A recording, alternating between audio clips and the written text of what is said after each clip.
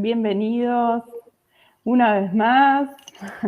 Vamos a dar inicio a un nuevo ciclo de charlas que organizamos desde el Centro Emprendedores de la Facultad de Ciencias Económicas de la UBA, de manera conjunta con Fundación Itaú y el Centro de Estudiantes Nuevo Espacio. Mientras se van sumando, les cuento que este es un nuevo ciclo de charlas que va a constar de 5 encuentros.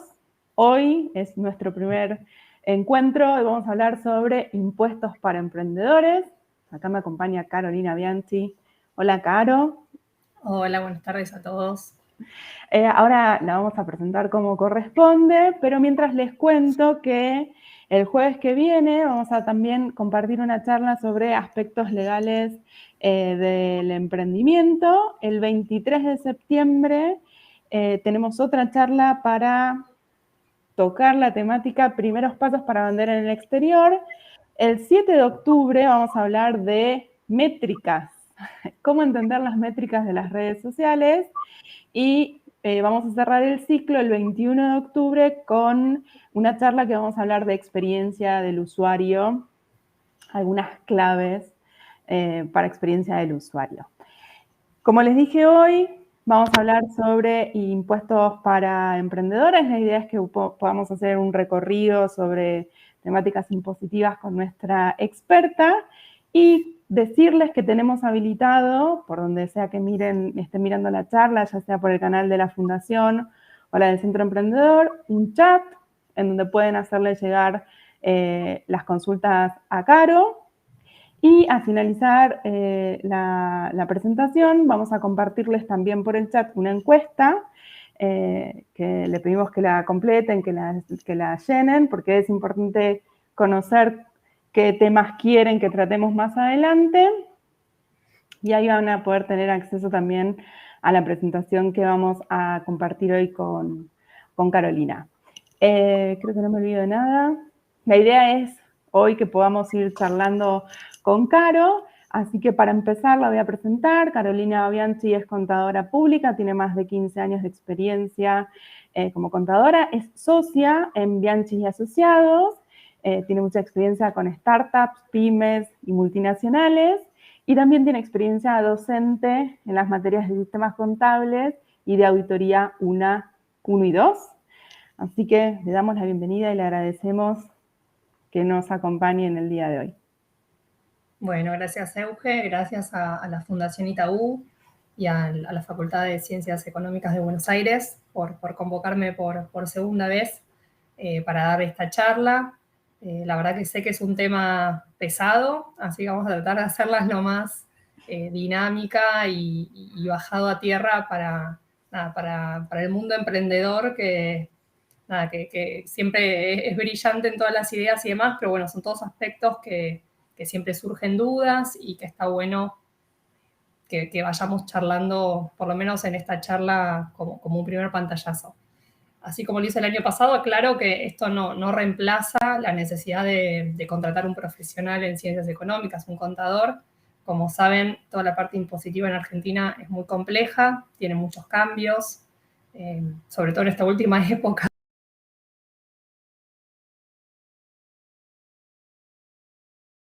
Muchos cambios en normativas, que muchos de ellos apuntan al mundo de emprendedores para dar algún tipo de incentivo o de ayuda. Así que bueno, lo vuelvo a marcar en especial porque esta charla va a ser de gran ayuda y una buena herramienta para tener ciertos conceptos básicos, pero vuelvo a decirles que nada, que la ayuda de un contador los va a poder acompañar en cualquier proyecto, y la verdad que un proyecto bien liderado y bien considerado en cuanto a los distintos aspectos, nada, va a ayudarlos a que tengan el éxito en la gestión. Bueno, vamos a tratar de ir, bueno, esta es mi presentación que la hizo Maru. Un poco cuáles son los objetivos de la charla. En principio es un panorama muy breve de cuáles son las alternativas para formalizar un proyecto. Entiendo que bueno, en la charla posterior de aspectos legales probablemente profundicen en alguno de los temas. Después, a nivel impuestos, cuáles son los impuestos que tenemos a nivel nacional, a nivel jurisdiccional, cuál es costo, cuál es no. Después ya vamos a entrar más en detalle sobre el monotributo y sobre el régimen de autónomos, que son dos alternativas, diría, como dentro de las opciones, las más elegidas al momento de emprender un proyecto. Después le vamos a dedicar un ratito también a ingresos brutos, que es un impuesto que, si bien es sencillo, tiene ciertas complejidades que la idea es por lo menos poder comentarlas. Y bueno, y como final, si bien esto es una charla más de aspectos impositivos, dejé la última slide con algunas cuestiones que me parece importante puntear con ustedes para que sepan que son cosas que está bueno ir contemplando e ir viendo a lo largo de la ejecución de sus proyectos. Yo, al igual que ustedes, hace ya casi 10 años emprendí mi proyecto de estudio contable. Trabajé en relación de dependencia y al momento de largarme, bueno, con socios y demás, son todos aspectos que en su momento me generaron incertidumbre, me generaron dudas. Así que bueno, la idea es que esta charla les sirva de ayuda para distintas cuestiones. Siéntanse libres de mandar consultas y bueno, iremos respondiendo siempre que el tiempo y bueno, las alternativas nos vayan permitiendo.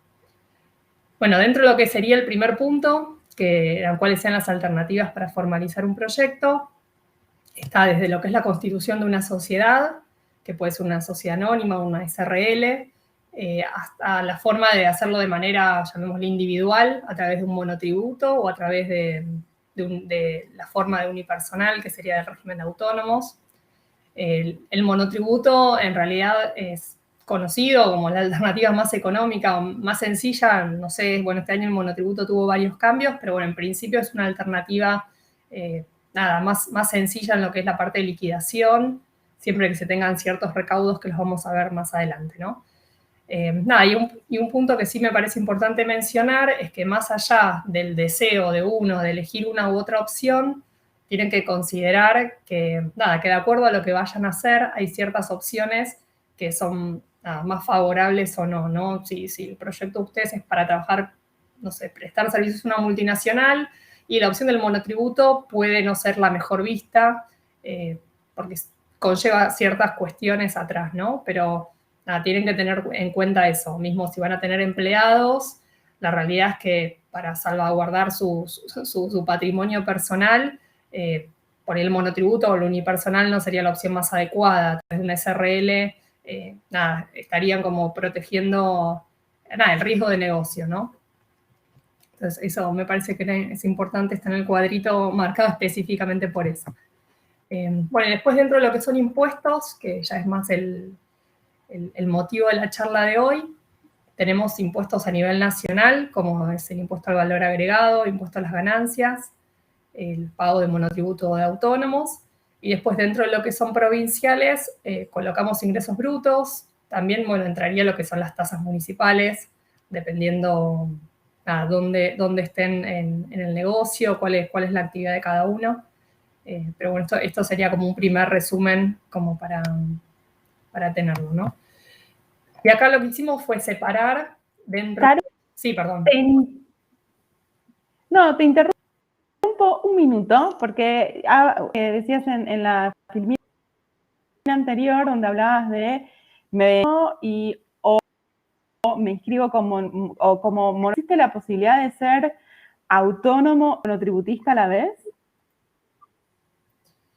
En realidad, uno cuando se inscribe, digamos, ejerce una de las opciones para desarrollar sus actividades, tiene que elegir una de las dos formas, ¿no? Digamos, la realidad es que si uno tiene dos actividades, tiene que ver cuál es su actividad más significativa y en base a eso ir, no sé, se me ocurre que por ahí, no sé, presto servicios y por mi prestación de servicios podría ser monotributista, pero por otro lado tengo inmuebles y los alquilo, y por el valor del alquiler me excedería el monotributo. Entonces, en ese caso, me tendré que, digamos, ir a la opción del autónomo, ¿no?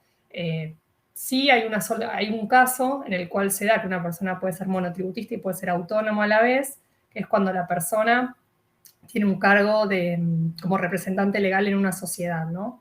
Uno como autónomo, digamos, como representante legal, perdón, tenés que estar inscrito en autónomos. Entonces, podés estar inscrito en autónomo por esa función y por monotributo por un servicio que prestes o, bueno, alquileres que factures, ¿no? Esa sería como la única figura que permite estas dos opciones. Si no, hay que optar por una de las dos.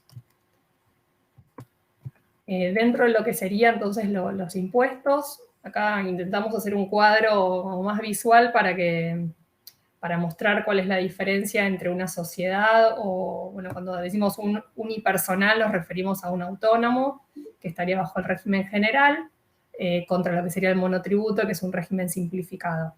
En lo que es nacional, digamos, las sociedades pagan IVA y ganancias, el monotributista paga una cuota de monotributo que incluye la parte de la cuota de ganancias y de IVA, ¿no? Es una cuota que es de acuerdo a la escala donde uno clasifica. Y después lo que sería impuestos provinciales, ya sea a través de contribuyente local, que quiere decir que uno ejerce su actividad únicamente en una jurisdicción, o a través de convenio multilateral, que ya entran más jurisdicciones, e ingresos brutos es un impuesto que pagarían los dos, y si bien vamos a ver más adelante que el monotributo tiene algún régimen simplificado, es obligación para las dos alternativas. Bueno, y acá está un poquito, pusimos en rojo el tema del IVA, porque, bueno, muchas veces se comete el error de considerar el IVA como parte del costo. Y la realidad es que el IVA no forma parte del costo de los servicios o de los bienes que ustedes van a vender, sino que tienen que considerarlo dentro de su estado de resultados, al valor grabado, digamos, sin el IVA, y a eso restarle los gastos que tienen relacionados, ¿no? Esto lo menciono porque tienen que tener especial cuidado si, por ejemplo, van a venderle a un exento en IVA, que el exento en IVA es IVA incluido, y muchas veces se suele cometer ese error de considerar el valor total, y la realidad es que ustedes como, ya sea o sociedad, bueno, como monotributista, pero como sociedad o unipersonal, tienen que desagregar el IVA, por más que el IVA esté incluido en la factura sin desagregar, y ingresarlo al fisco. Entonces, bueno, ese es un punto que sí me parece importante que lo tengan y lo consideren al momento de ver los costos, ¿no? Porque puede distorsionar mucho el resultado. Bueno, y después ya tanto ganancias como la cuota del monotributo y como ingresos brutos sí generan un resultado. De hecho, ingresos brutos forma parte del costo. Ganancias ya va en una última línea, ¿no? El resultado final, y posterior al resultado final se calcula ganancias. Y bueno, el pago del monotributo también forma parte del costo. Aunque tenga cuota de IVA, es todo costo. Bien, perdón, sí. Vuelvo a interrumpirte. Hagamos esta clasificación entre nacionales, provinciales, estos impuestos que nos suenan a todos, ¿no? IVA, ganancias e ingresos brutos. Hay uno que también está bastante, se escucha bastante, que es el impuesto a los créditos y débitos bancarios.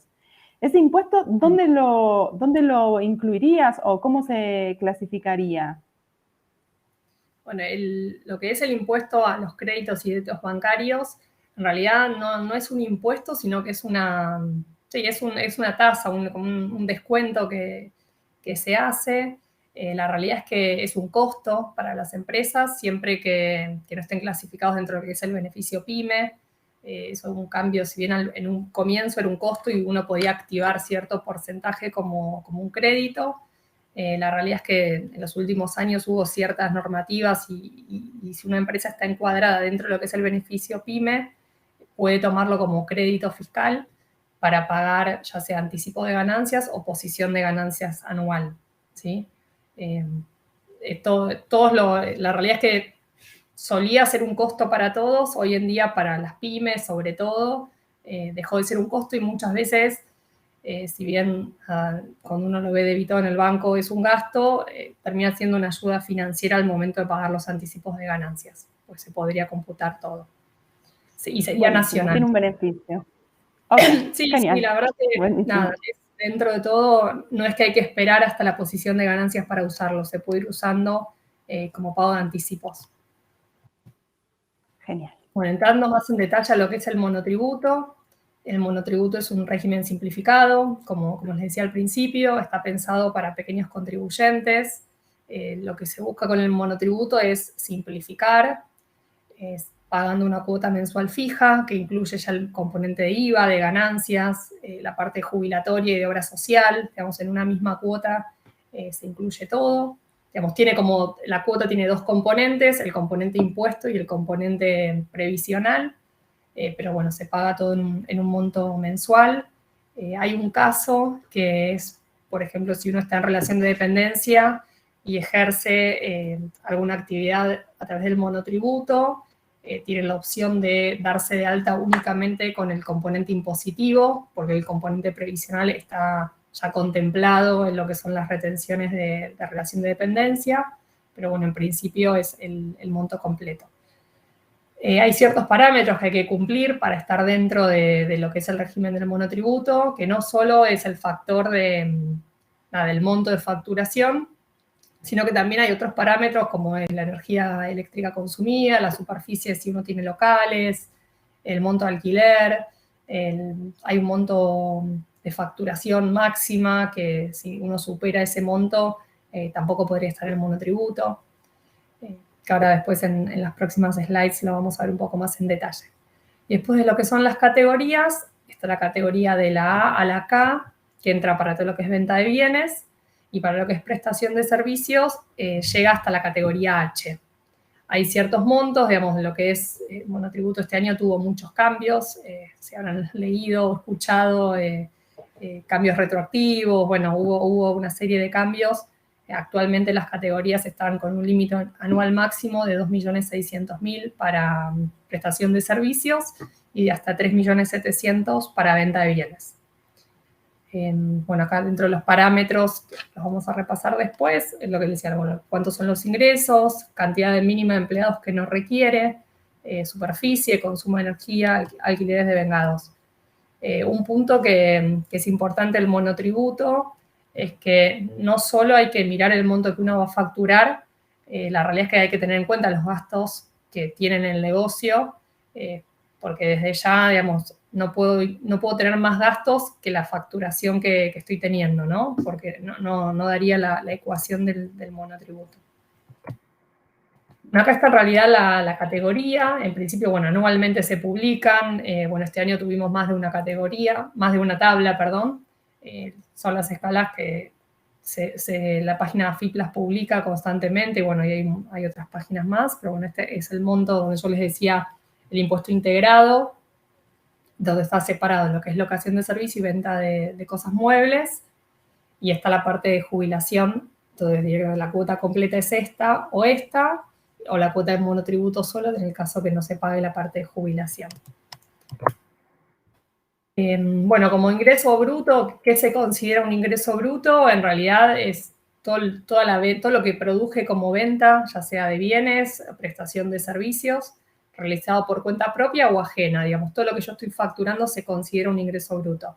El monotributo contempla una recategorización semestral, si bien uno cuando se da de alta en una categoría, semestralmente lo que se hace es, se mira 12 meses para atrás y se hace la recategorización de acuerdo a qué categoría cae, ¿no? En qué escala estoy. Sí, la aclaración esta de que se hace año aniversario, no es que se hace año calendario, por lo tanto, cuando estoy en julio, miro 12 meses para atrás, o en enero 12 meses para atrás. Y no solo tengo que mirar los parámetros de facturación, sino tengo que mirar el resto de los parámetros, ¿no? Porque si el precio mínimo del bien que vendo está por encima del monto que se va actualizando, quedó por fuera. Si la superficie que tengo supera, quedó por fuera. No solamente el monto de facturación. Y acá también como un tip que me parece que es importante mencionar, es que cuando uno habla del monto anual, tiene que tener en cuenta que si el monto de la facturación anual lo hacemos dividido 12 y es un promedio mensual, no vamos a tener ningún problema, pero si nosotros lo que nos termina pasando es que un mes facturamos algo, otro mes facturamos un poquito, otro mes facturamos mucho más, al momento en que me paro en la recategorización, me puede pasar que me esté excediendo de categoría. La realidad es que si no estoy en la categoría máxima, a lo sumo lo que me va a pasar es subir una categoría más. Pero si estoy en la categoría límite, puedo estar excluida del monotributo. Nada, eso es importante porque nada, hay muchos casos, digamos, que se comete este error, ¿no? Que en lugar de mirar el año aniversario, miran el año calendario y se comete este error si hubo varios meses de facturaciones por encima del promedio y que caiga de esa forma. Entonces, especial atención cuando estén en las categorías más límite, ¿no? Ahí tienen que... Sí, ahí es donde yo digo que si bien es un régimen simplificado, en algunas cosas a veces no lo es. La gente tiende a subestimarlo y hay muchos casos de gente que se termina excluyendo por no tener en cuenta estas salvedades. Quienes no pueden ser monotributistas, en realidad, bueno, son quienes desarrollen más de 3 actividades o tengan más de 3 locales. Esto apunta al monotributo de alquiler. Hasta 3 alquileres se pueden incluir en monotributo. Si fueran más de 3, por más que el monto mensual me dé, estaría excluido el monotributo. El punto de quienes superen el precio máximo unitario, ese es un límite que se va, así como se actualizan las escalas, se actualiza este límite. Hoy estamos en 39.401, digamos, si yo vendiera productos por más de ese monto, no podría hacerlo a través de un monotributo. Y después, bueno, también quienes realizaron importaciones en los últimos 12 meses, ¿no? Para hacer, digamos, eso ya entraría dentro del régimen general. Caro, vuelvo yo. Claro. Vuelvo yo a hacerte una pregunta que hay en el chat y que la pregunta creo que está vinculada a lo último que dijiste, que nos preguntan si, ¿qué pasa cuando tenés un tipo de monotributo y necesitas facturar algo diferente? Por ejemplo, si vendo un determinado artículo y necesito facturar un servicio de transporte. En realidad, siempre que estés en el límite de las 3 actividades, uno se puede dar de alta en distintas actividades dentro del régimen del monotributo, ¿no? Lo que hay que tener en cuenta en ese caso es, bueno, qué actividad es la que estás dando de alta, bueno, que no excedas ningún parámetro por dar de alta esa actividad. Y bueno, después en lo que sería ingresos brutos, tienen que tener en cuenta que las distintas actividades tributan a distintas tasas, ¿no? Por ejemplo, lo que es, no sé, un profesional universitario en capital está exento, pero si yo estoy en capital y facturo mis servicios profesionales y a su vez tengo un departamento y lo alquilo, ingresos brutos se tributa sobre el alquiler. Después vamos a ir a la parte de ingresos brutos, pero bueno, lo aclaro porque justo vino esta pregunta y nada, es un tema que se puede, pero bueno, hay que tener en cuenta cuál es el tratamiento para cada actividad. Bien, y retomo algo que me pareció importante, que es generalmente cuando hablamos de monotributo todos simplificamos al monto, a fijarnos solamente en el monto facturado. Y en realidad hay un montón de otros parámetros que son los que vos mostrabas en esa tabla que hay que tener en cuenta al momento de elegir o caer dentro de una determinada categoría de monotributo. La tabla que vos mostraste, dijiste que se encuentra en la FIP, ¿verdad? Es una tabla que está disponible.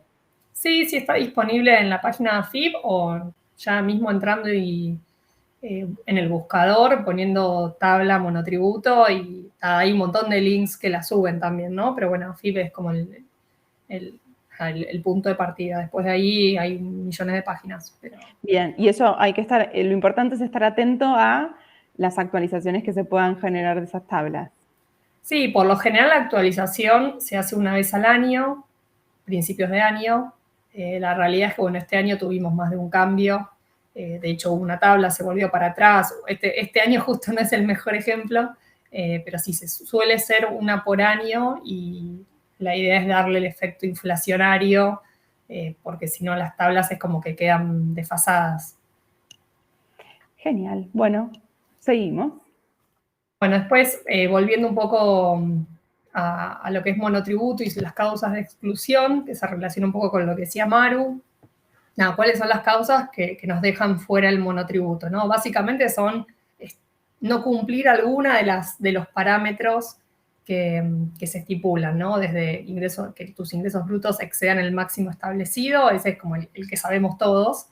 Pero bueno, también es cierto que si excedo en superficie, excedo el costo de alquiler, también puedo o subir una categoría o quedar directamente excluido si estoy ahí operando al límite.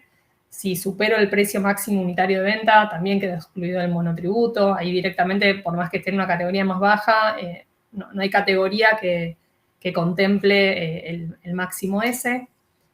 Nada, después también el punto quien adquiere bienes o realice gastos personales por un valor mayor a los ingresos brutos, a los ingresos, perdón, admitidos en esa categoría. Acá, yo siempre que mencionamos este punto, traigo el ejemplo de un mundial, no sé si fue el mundial de Rusia, que nada, después del mundial la FIP salió en búsqueda de todos los monotributistas que habían viajado al mundial, donde claramente los ingresos brutos de su categoría no permitían, ni el ingreso bruto de la máxima categoría permitía hacer un gasto como el del mundial, ¿no? Entonces, bueno, ahí los monotributistas tuvieron que salir a justificar, hubo quien lo pudo justificar y quienes por ahí quedaron como flojos de papeles en esa situación, y hubo muchos monotributistas excluidos. Que parece un detalle, pero es un punto importante a considerar. Después lo mismo, quien tenga depósitos bancarios superiores al monto máximo que puede facturar. La realidad es que si yo estoy en una categoría de un promedio de 100.000 pesos por mes y tengo depósitos de 300.000 al mes, y probablemente salte una alarma también, ¿no? Desde ya se puede justificar en alguna cosa, puedo tener un depósito de otra cosa que no provenga de mi actividad, pero bueno, puede ser una llamada de atención que haya que justificar. Después, bueno, quien haya importado bienes o servicios durante los últimos años, ya que era uno de los requisitos, y quien realice más de 3 actividades simultáneas o tenga más de 3 unidades en alquiler, que ahí también, bueno, básicamente son, digamos, es la negativa a todas las características que hay que tener en cuenta al momento de clasificarse dentro o no del monotributo. Y bueno, acá hay un par más que también apuntamos a lo mismo, digamos, quien realice prestaciones de servicio y se haya categorizado por venta de productos. Esto apunta más que nada a, como les decía al principio, que prestaciones de servicio no tienen la categoría de la A a la K, no llega hasta los 3.700.000. Entonces, si alguno se clasifica como venta de bienes, pero está prestando servicios y factura prestación de servicios y se excediera del monto máximo de servicios, también estaría excluido. Quien realice operaciones sin haber facturado, esto apunta un poco también a lo de las acreditaciones sin justificación. Acá hay este está relacionado también un poco con el que tenga más gastos de lo que factura. Dice que el que tenga compras y gastos desarrollados de su actividad que superen más del 80% en el caso en venta de productos o más del 40% en lo que es prestaciones de servicio, ¿no? Apunta a la misma cuestión, que dé a pensar de que realmente que la persona no está facturando todos los servicios que presta o todos los bienes que vende, ¿no? A que haya una inconsistencia de ese lado. Y acá, bueno, lo fija específicamente con un porcentaje.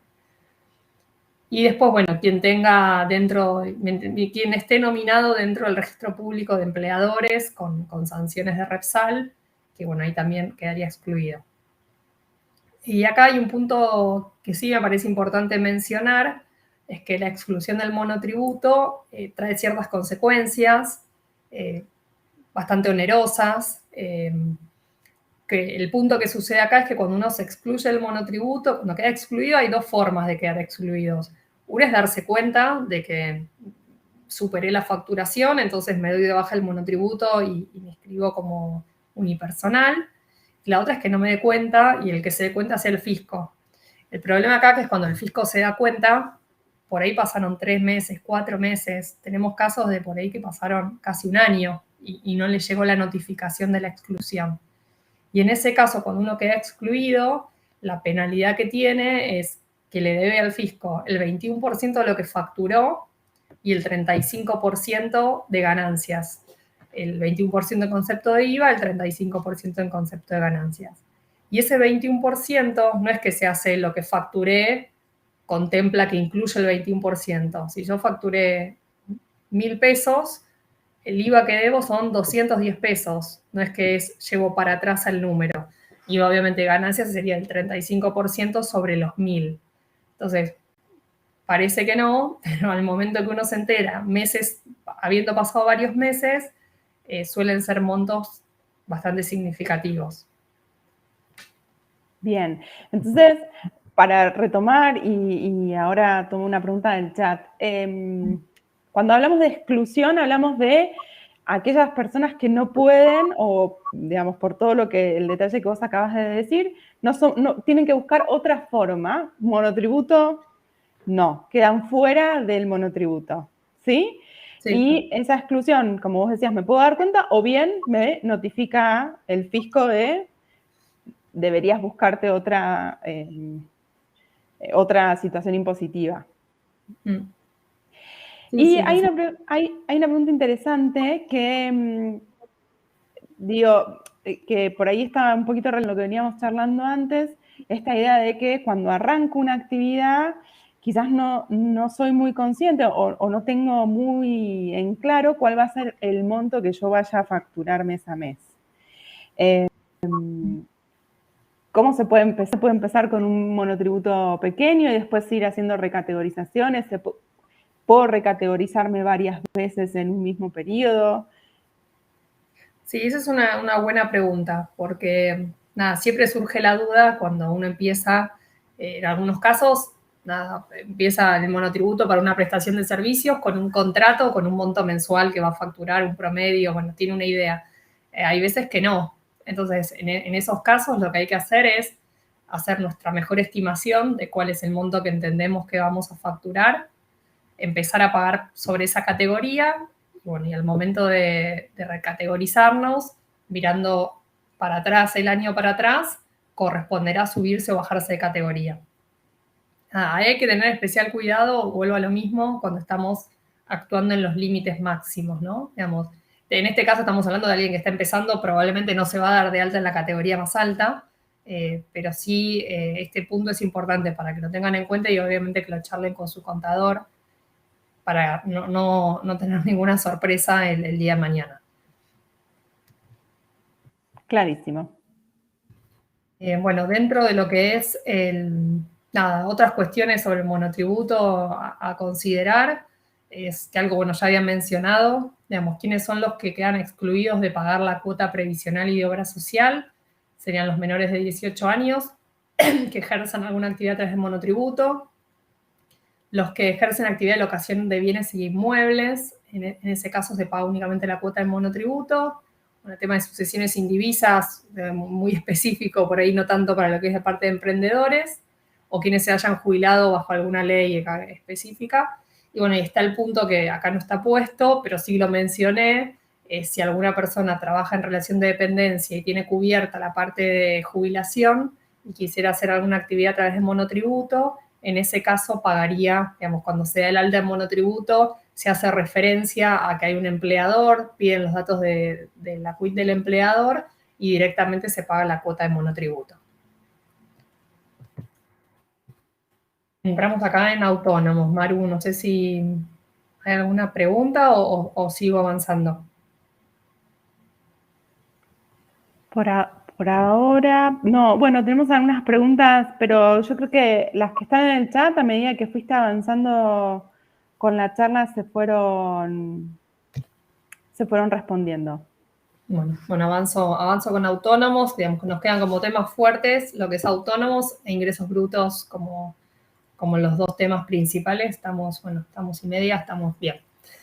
Bueno, dentro de lo que es autónomos, acá volvemos a poner el mismo cuadro como para ubicarnos en qué situación estamos. Recuerdo, estamos dentro de lo que es el régimen general. El autónomo paga un monto de autónomo mensual, que también cubre una cuota de jubilación y de obra social, paga el IVA, paga ganancias. Ahí ya sí tiene que presentar su declaración jurada de ganancias, a diferencia del monotributo que no.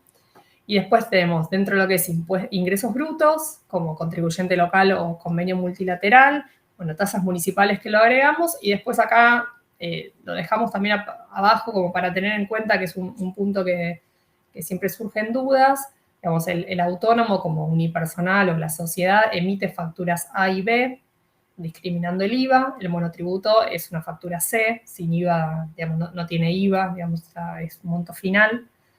Y acá hay una salvedad de uno de los últimos cambios que salió este año, es que cuando se le hace una factura a un monotributista, se le discrimina el IVA. Y esto básicamente es porque está pensado que si el monotributista excede categoría o se excluye del monotributo y tiene que pasar a autónomos, el día de mañana podría usar ese crédito fiscal a cuenta, digamos, para netear el débito fiscal que se le genera. Sí, está pensado dentro de las medidas de alivio fiscal.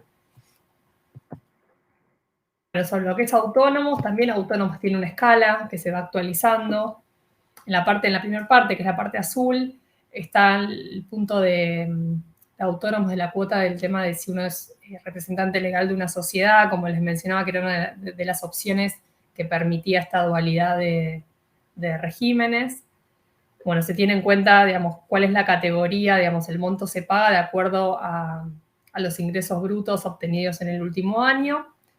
Y en realidad ahí pasa un poco lo mismo que el monotributo, digamos, cuando uno ejerce más de una actividad, tiene que mirar en conjunto los ingresos para ver dentro de qué categoría está. No sé, doy el ejemplo por ahí de un socio gerente de una sociedad que paga autónomos por ser representante legal y a su vez está en relación de dependencia.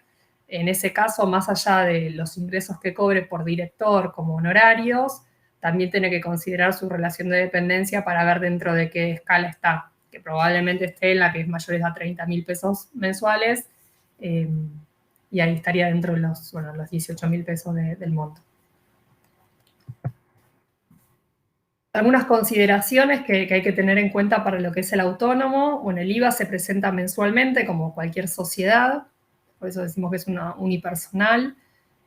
Se presenta la posición de las ventas menos las compras y se toman en cuenta como pago a cuenta cualquier tipo de retención o percepción que le hayan hecho por el concepto de ese impuesto. Lo que es ganancias, se hace una declaración jurada anual. Dentro de esta declaración jurada anual se pueden deducir los gastos necesarios para el desarrollo de la actividad. En realidad esto de los gastos necesarios lo pusimos subrayado porque pasa que el autónomo, al no tener una contabilidad como tiene la sociedad, muchas veces entra en la confusión de querer deducir gastos que no tienen nada que ver con el giro de su actividad, ¿no? Como ser, no sé, gastos de supermercado con los pañales del bebé, no sé, por decir un ejemplo más burdo. Tienen que tener en cuenta que los gastos a deducir pueden ser los gastos del contador, gastos de si ejercen su actividad en algún lugar donde alquilan, el alquiler, si lo ejercen en su domicilio particular, pueden descontar ciertos gastos, como puede ser un proporcional de la energía, un proporcional de internet, gastos realmente necesarios, o si hago un trabajo de consultoría y necesito el auto para moverme, algún viático, algún gasto de representación, si es que tengo que invitar a comer a algún cliente o alguna presentación que tuve que hacer, pero todos gastos que sean relacionados con la actividad que ejerzo, digamos, que me ayuden a generar ingresos, ¿no? Y como les decía, ganancia se presenta una vez al año y una vez que se presenta el primer año, genera anticipos bimestrales. El anticipo se calcula en base al impuesto que se pagó el año que se presenta y se generan anticipos para el año siguiente. ¿Alguna pregunta, Maru, sobre autónomos antes de arrancar con ingresos brutos?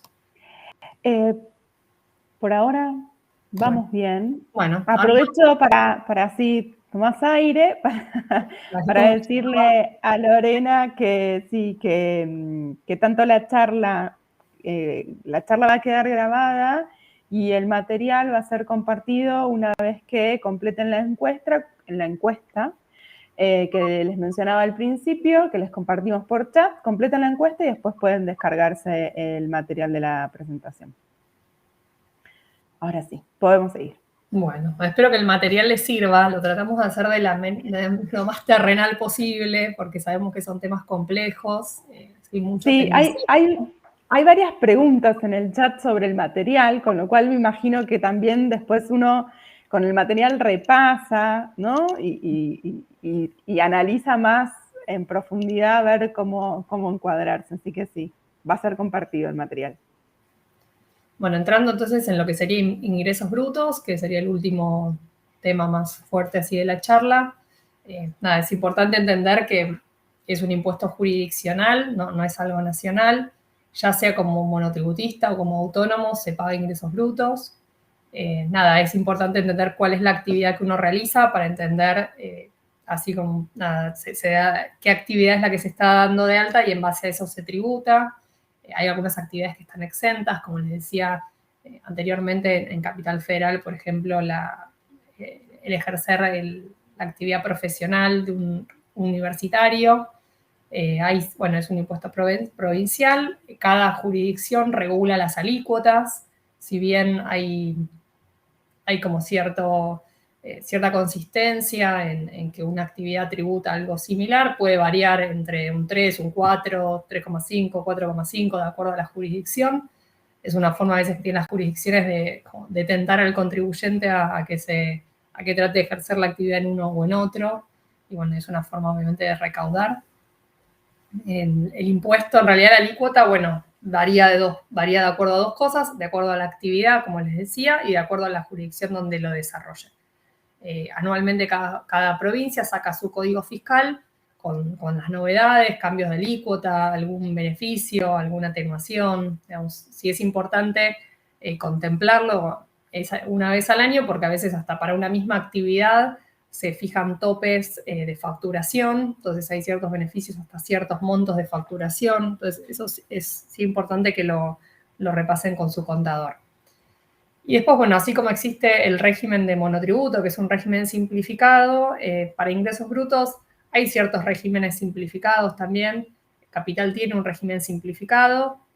Provincia de Buenos Aires muy recientemente sacó un régimen simplificado y a diferencia de Capital es unificado también, digamos, en la misma credencial del monotributo, tienen el monto del monotributo y el monto de ingresos brutos de Buenos Aires.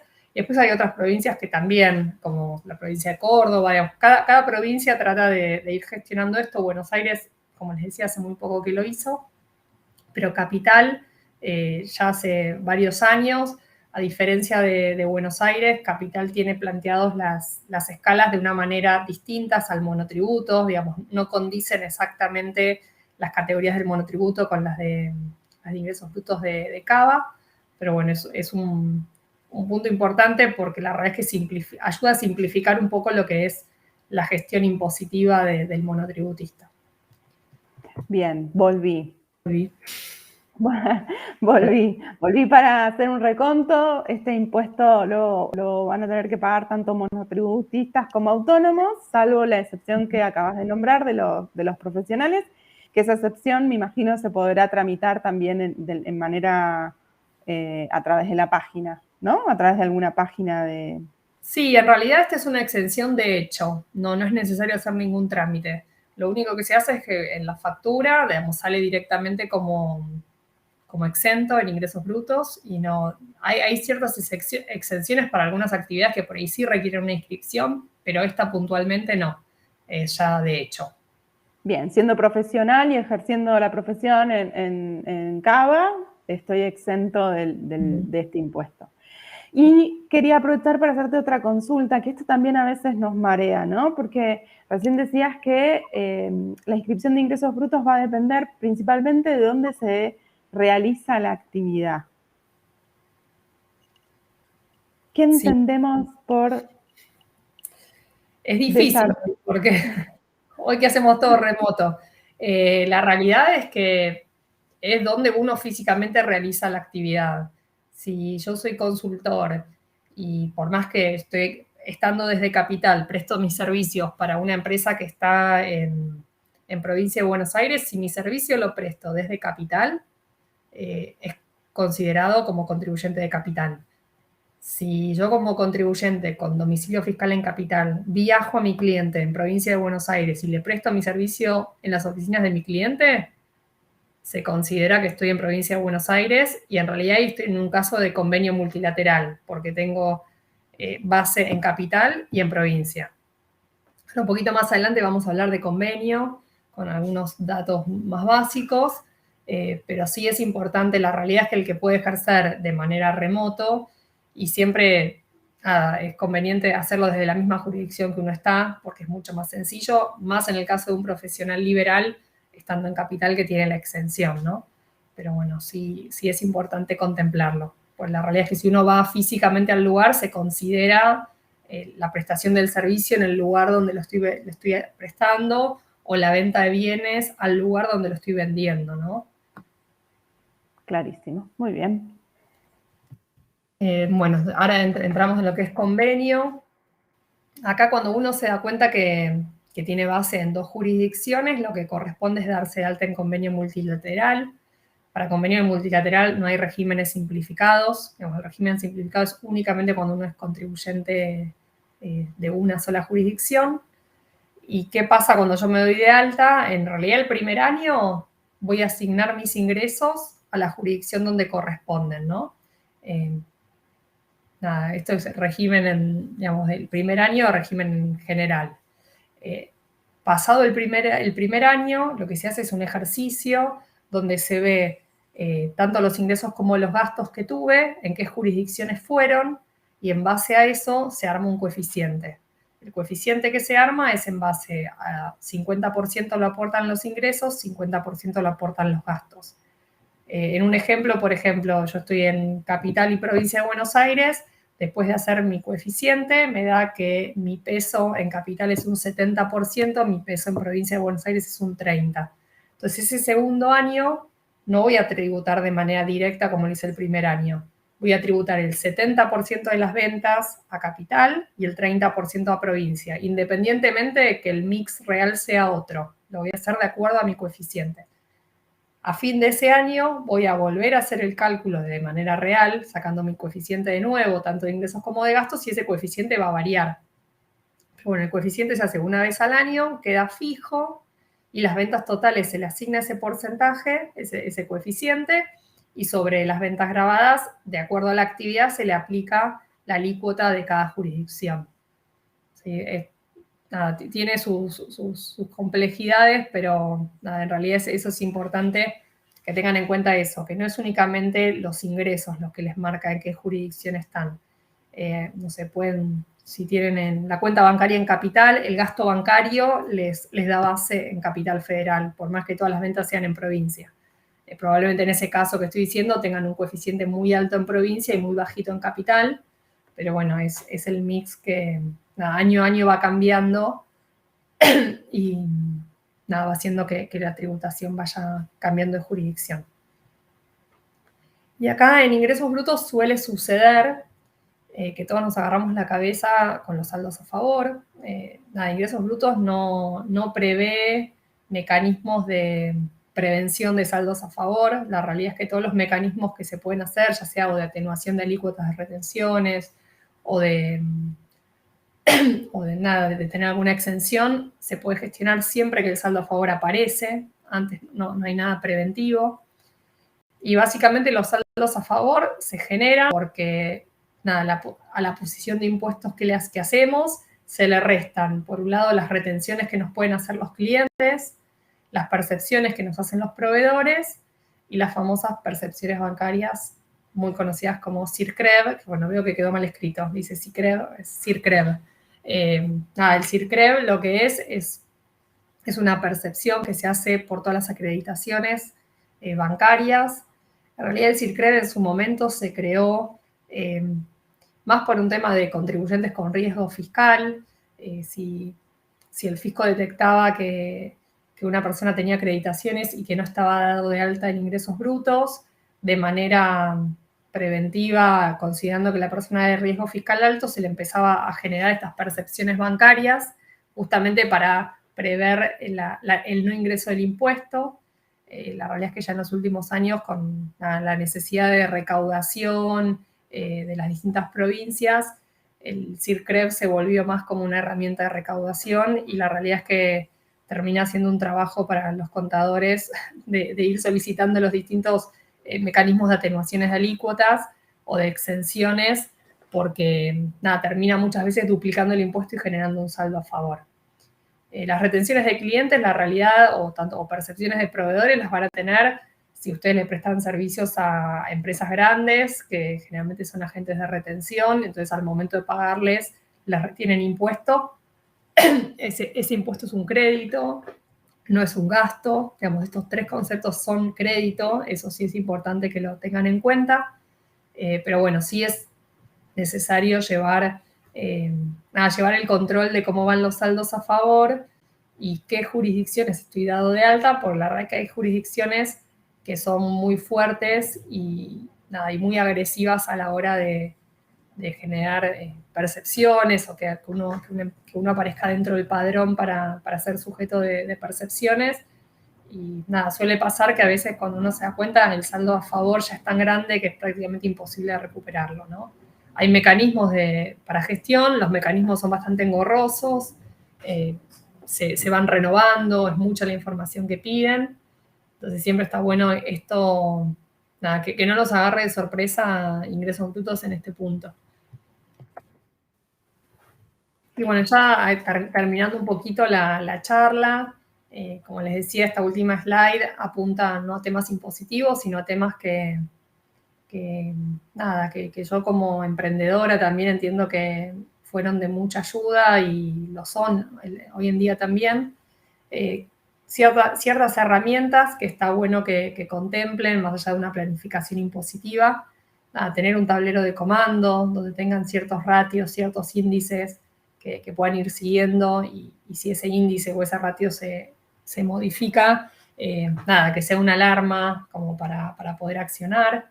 Tener un buen cash flow, que si bien puede ser un poco complejo el seguimiento de un cash flow porque es dinámico y la realidad es que uno si bien prevé que una cobranza se puede dar en una semana, se puede correr, bueno, y hay que ir modificándolo en base a la realidad es que tener un cash flow ayuda a poder planificar, a poder cubrir todos sus compromisos. Después tener un orden administrativo. Realmente tener un orden administrativo ayuda a que uno pueda tener también un conocimiento real de cuál es el resultado de su negocio, ¿no? Que si está operando en un negocio con un margen alto, por ahí no le cambia tanto la historia, pero si en épocas más complejas donde los márgenes pueden llegar a bajar o el negocio puede llegar a cambiar, el no tener un conocimiento de su resultado puede llegar a complicarlos. Es por eso que el orden administrativo es importante mismo, para la hora si tienen una inspección, lo que sea, poder responder y poder dar soporte de las cosas que se fueron haciendo. Y bueno, y el último punto que es súper importante, que algo mencioné también recién, es tener un control de los costos, ¿no? De cuáles son los costos, qué desvíos tengo. A veces en el día a día son cuestiones que uno deja porque es más importante atender el negocio y que todo siga funcionando. Pero bueno, sí, con cierta periodicidad es de gran ayuda y puede llegar a evitar que un negocio fracase.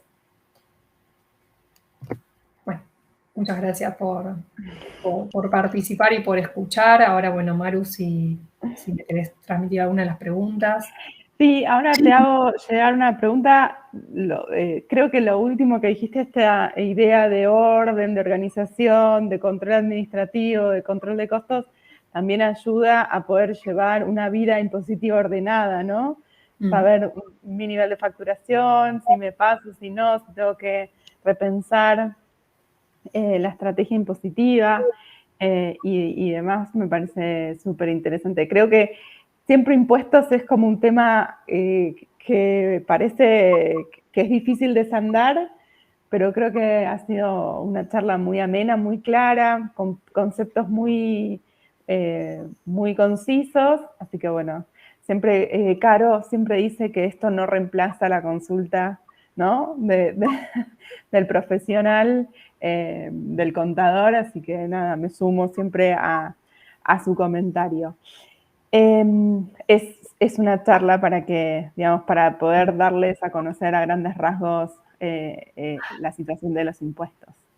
Sí, te voy a trasladar una pregunta que llegó en el chat, que lo que plantea es que, creo que es Delfina, que tiene un trabajo en relación de dependencia y además quiere iniciar una actividad de manera independiente a través del monotributo. ¿Lo puede hacer? ¿Tiene que tener algo en cuenta? Sí, en realidad se puede. Es el caso que mencionaba de que si uno está en relación de dependencia y ejerce una actividad a través del monotributo, al darse de alta en monotributo no es necesario pagar la cuota, la parte de la cuota previsional. Digamos, en el mismo alta te da la opción de cargar los datos, la quit de tu empleador, y pagar únicamente la cuota del monotributo. Sí, sí, eso se puede. Bien. O sea que va a pagar un poquito menos de la categoría de monotributo que le corresponda, va a pagar solamente la parte impositiva porque los otros dos conceptos ya van a estar bajo cubiertos, digamos, con su trabajo de relación de dependencia. Claro, digamos, las escalas de monotributo contemplan lo que es la cuota de monotributo, la cuota previsional y el total de la cuota. En el caso de Delfina, nada, tendría que pagar únicamente la cuota de monotributo. Genial, buenísimo, bueno, muy claro. No sé si hay alguna otra duda que la pueden hacer llegar por mail. Si no, les recuerdo que, por mail no, perdón, por el chat del canal de YouTube. Si no, les cuento que en el chat van a encontrar una encuesta, un link que los va a llevar a una encuesta. Les pedimos que la contesten, siempre es importante escuchar lo que opinan sobre las charlas que damos. Y una vez que la completen van a tener acceso al material de la charla de Caro, así que van a poder volver a mirar todo el material que compartió ella. Igualmente la charla queda grabada y la van a poder volver a ver tanto en el canal del Centro Emprendedor como en el canal de Fundación Itaú. Lo último que me queda es recordarles los próximos encuentros que tenemos. El jueves que viene vamos a hablar sobre aspectos legales, otro tema que suele generar dudas. El 23 de septiembre, pasos para vender en el exterior. El 7 de octubre, métricas de redes sociales. Y el 21 de octubre cerramos con experiencia del usuario para emprendedores. Bueno, el chat está lleno de gracias hacia Caro, así que yo me sumo, le agradezco por haber compartido esta charla con nosotros. Gracias, Caro. Bueno, muchas gracias a todos los que participaron. Bueno, Maru, de nuevo, muchas gracias por volver a convocarme en la fundación y, bueno, la UBA. Realmente creo que es una buena forma de devolver todo lo que la UBA me dio como buena egresada de la UBA que soy. Y nada, a todos los que escucharon, que están emprendiendo, nada, no tengan miedo, anímense, asesórense y nada, que tengan todos muchos éxitos en su emprendimiento. Bueno, muchas gracias a todos. Bueno, chao, hasta luego.